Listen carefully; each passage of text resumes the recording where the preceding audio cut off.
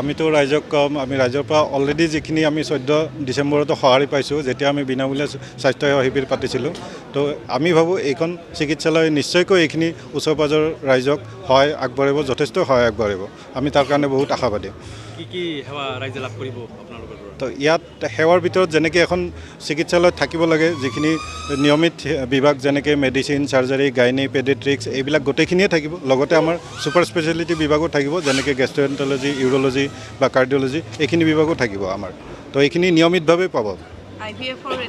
IVF-ৰ এতিয়ালৈকে আমাৰ নাই, কিন্তু অহা 6 মাহৰ ভিতৰত আমি IVF-ৰ গোটেই প্ৰচেষ্টা কৰি আছোঁ।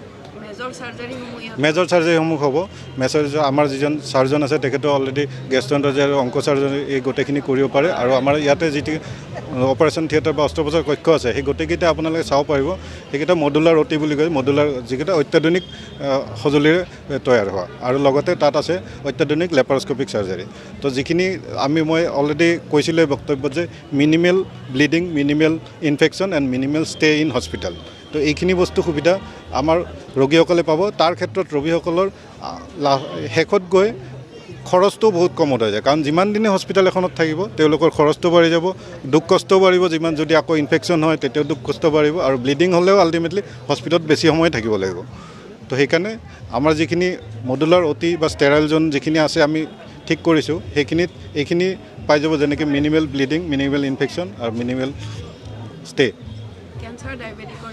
হয়, ডায়েবেটিক কেয়াৰ ইউনিট আমি এটা স্পেচিয়েলি বেলেগকৈ খুলিছোঁ। তাত যিখিনি ডায়েবেটিক পেচেণ্ট থাকিব তেওঁলোকৰ নিয়মিত পৰীক্ষা হ'ব। অকল ব্লাড টেষ্টেই নহয়, তেওঁলোকৰ যেনেকৈ আমি সকলোৱে জানো যে নাৰ্ভ বা কিডনী এইবিলাকত প্ৰভাৱ পৰে, সেইবিলাক যাতে আমি আগতেই ডায়েগন'জ কৰিব পাৰোঁ, তাৰ কাৰণে স্কেনিঙৰ ব্যৱস্থা আছে। হয়, ব্লাড বেংক আমি অলৰেডি কথা পাতিছোঁৱে। ব্লাড বেংকৰ হস্পিটেলখন আৰম্ভ হোৱাৰ পিছত ব্লাড বেংকৰ কাৰণে আমি এই এপ্লাই কৰিম। কেতিয়াৰ পৰা আপোনালোকৰ এই পৰিকল্পনা আছে, যিহেতু চিৰাং এখন পিছপৰা অঞ্চল, প্ৰাইভেট ছেক্টৰত কোনো এনেকুৱা হস্পিটেল নাই? আমি যোৱা 3 বছৰৰ পৰা অলপকৈ পৰিকল্পনা কৰি আছিলোঁ। যোৱা 6 মাহৰ পৰা আমি ক্ষীপ্ৰগতিৰে এইখিনি কাম কৰিছোঁ। আজিৰ পৰা চিকিৎসা সেৱা আৰম্ভ কৰাটো অলপ কঠিন হ'ব, কাৰণ অলৰেডি আমি মানুহখিনি গোটেই ইয়াত জুম খাইছোঁ বা এইখিনি চাফ চিকুণ বা ষ্টেৰাইল জোন মেইনটেইন কৰাৰ পিছত 2-3 দিন পিছৰ পৰা আমি এইটো চিকিৎসা সেৱা আৰম্ভ কৰিম। চাওক, আয়ুষ্মান ভাৰতটো যেনেকৈ আমাৰ অসম চৰকাৰে এতিয়ালৈকে নিৰ্দিষ্ট কিছুমান চিকিৎসালয়তে এই অনুমতি দি থোৱা আছে। যদি এই অনুমতিখিনি আমিও পাওঁ, নিশ্চয়কৈ আমি কৰিম। কিন্তু আমি লগতে ESI বা ইঞ্চুৰেঞ্চ এইবিলাকত আমি অলৰেডি এপ্লাই কৰিছোঁ, ৰেজিষ্ট্ৰেশ্যনো কৰিছোঁ। তো এইবিলাক সুবিধা আমি পাম।